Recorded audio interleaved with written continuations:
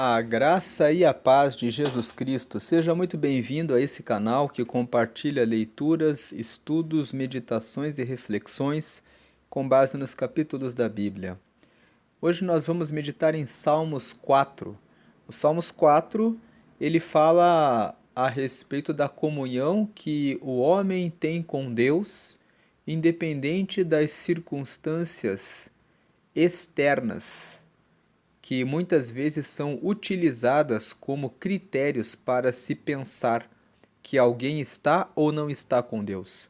Muitas vezes nós olhamos para as pessoas que são ricas, que são prósperas, que estão com boas roupas, que estão com bons carros, que estão frequentando lugares caros e bons restaurantes como o sinal de que Deus está com essas pessoas. Mas não é sempre assim. Deus pode estar com essas pessoas, mas desde que essas pessoas estejam em comunhão com Ele. Se essas pessoas praticam a maldade, Deus não está com elas. Isso não significa que Deus não está com aqueles que são ricos. Abraão foi rico, Jó foi rico, vários homens da Bíblia foram ricos. José de Arimateia, que guardou o seu túmulo para receber o Senhor Jesus, também era um homem rico. Porém, o equívoco que existe é quando os homens querem nos julgar a partir daquilo que temos no aspecto exterior para dizer que estamos ou não estamos com Deus. E o problema é quando as pessoas que são muito ricas dizem que, por causa da riqueza que possuem, estão com Deus e têm o direito de fazerem tudo o que querem. É sobre isso que o Salmos 4 medita.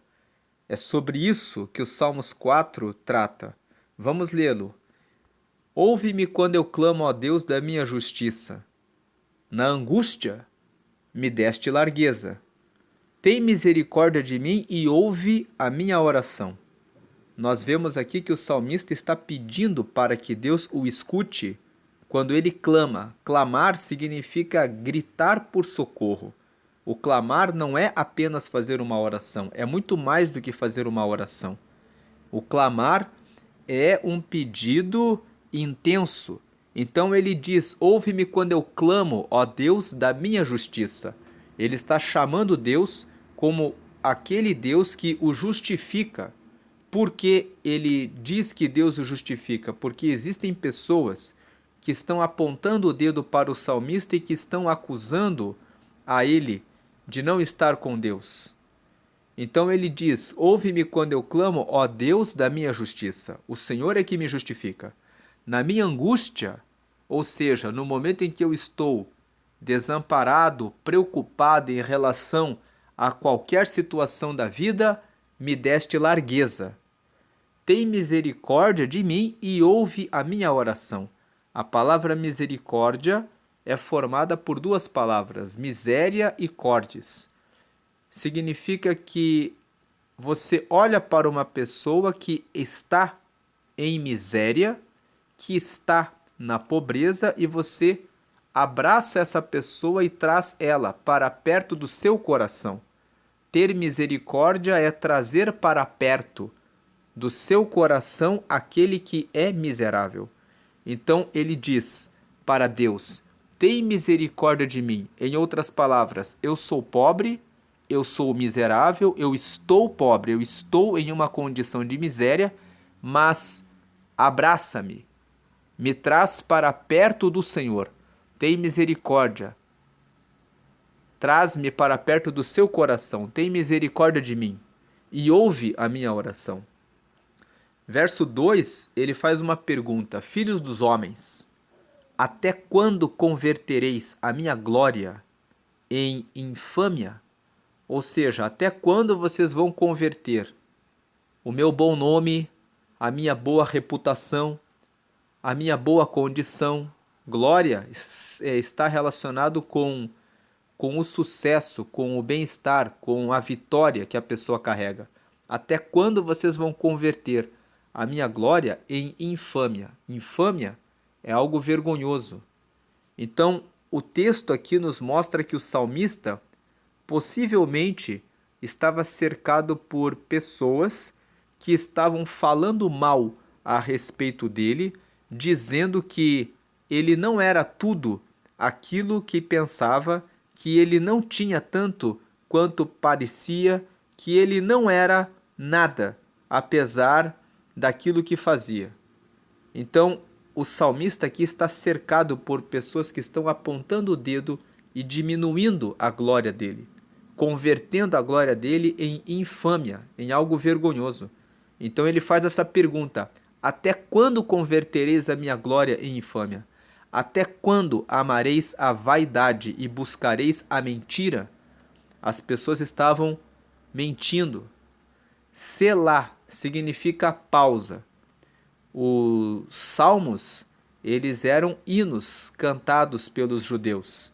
Então, quando você vê selá, significa que quando eles cantavam esse hino, aqui onde está escrito selá, havia uma pausa. Essa pausa normalmente é um silêncio, é um tempo de silêncio, para que as pessoas que estão cantando esse hino pensem no que cantaram.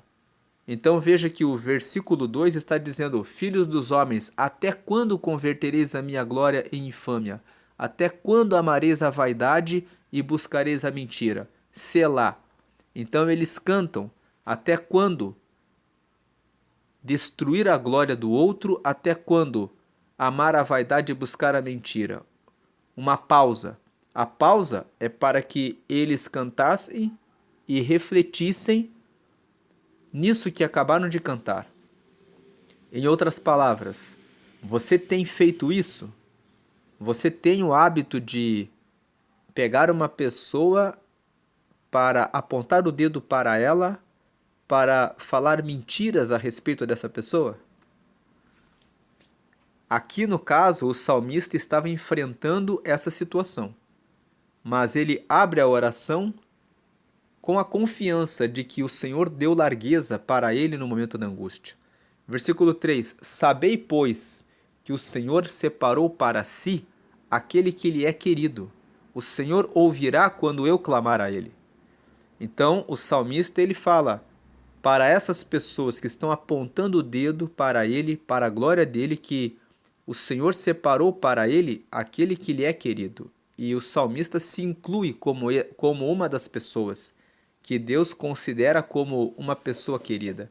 Ele se coloca como alguém, ele se enxerga, ele se vê, ele se percebe como alguém que está praticando a justiça. Então ele tem uma confiança de que o Senhor o ouvirá. No verso 4 ele fala: Perturbai-vos e não pequeis. Falai com o vosso coração sobre a vossa cama e calai-vos. O salmista aqui nos versículos 3 e 4, ele está dizendo que ele tem certeza que ele é um dos queridos de Deus e ele clama, diz para os seus inimigos, para os seus acusadores, que eles se perturbem e que eles parem de fazer o que faziam, que eles parem de pecar, que eles meditem com o coração deles durante o sono, durante o período em que estão na cama e fiquem quietos. Novamente vem o selá, uma pausa, ou seja, pensem sobre isso. Aí vem o versículo 5: Ofereceis sacrifícios de justiça e confiai no Senhor. Façam isso, ou seja, parem de praticar o mal.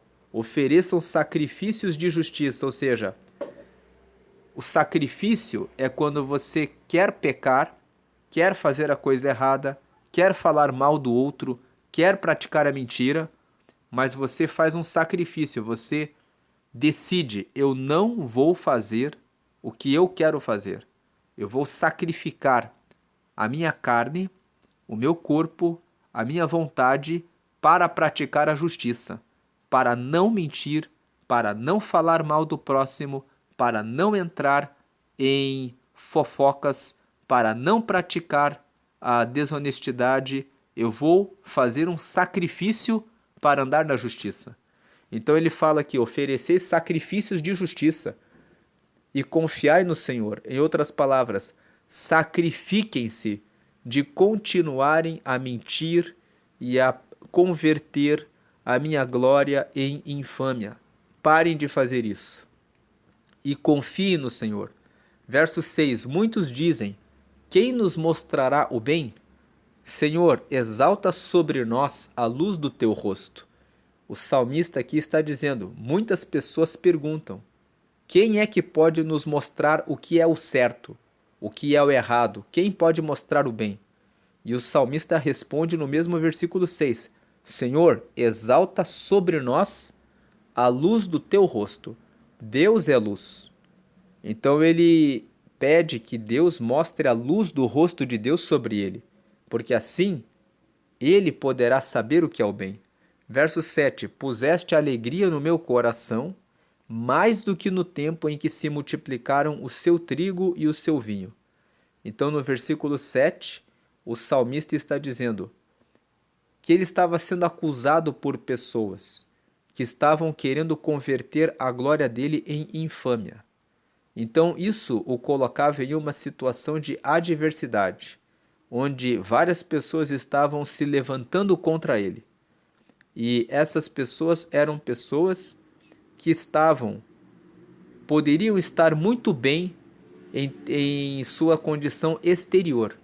Poderiam estar com riquezas, poderiam estar abençoados no aspecto material, mas o salmista fala que o Senhor colocou alegria no coração dele, mais do que no tempo em que se multiplicaram o seu trigo e o seu vinho. Ou seja, ainda que os inimigos dele estejam fazendo muita festa, recebendo multiplicação, recebendo muita riqueza e tendo muita alegria, e estejam perseguindo ele, mesmo no meio da perseguição que ele está passando, ele recebe do Senhor uma alegria que é muito maior do que a alegria dos inimigos dele, mesmo os inimigos dele estando em prosperidade. O que ele quer dizer é que ele estava com Deus e que Deus era muito mais importante do que qualquer riqueza, qualquer bem que ele pudesse adquirir ou que os seus inimigos que o estavam acusando pudessem ter. E no versículo 8 ele fala: em paz também me deitarei e dormirei, porque só tu, Senhor, me fazes habitar em segurança. Então ele fala que ele vai deitar e vai dormir em paz, porque ele acredita que Deus dá para ele a segurança. A segurança dele estava totalmente em Deus. Essa é a meditação de hoje, uma meditação que fala que não é a sua condição exterior que define se você está ou não com Deus. O que define se você está ou não com Deus é se você cumpre os mandamentos dele.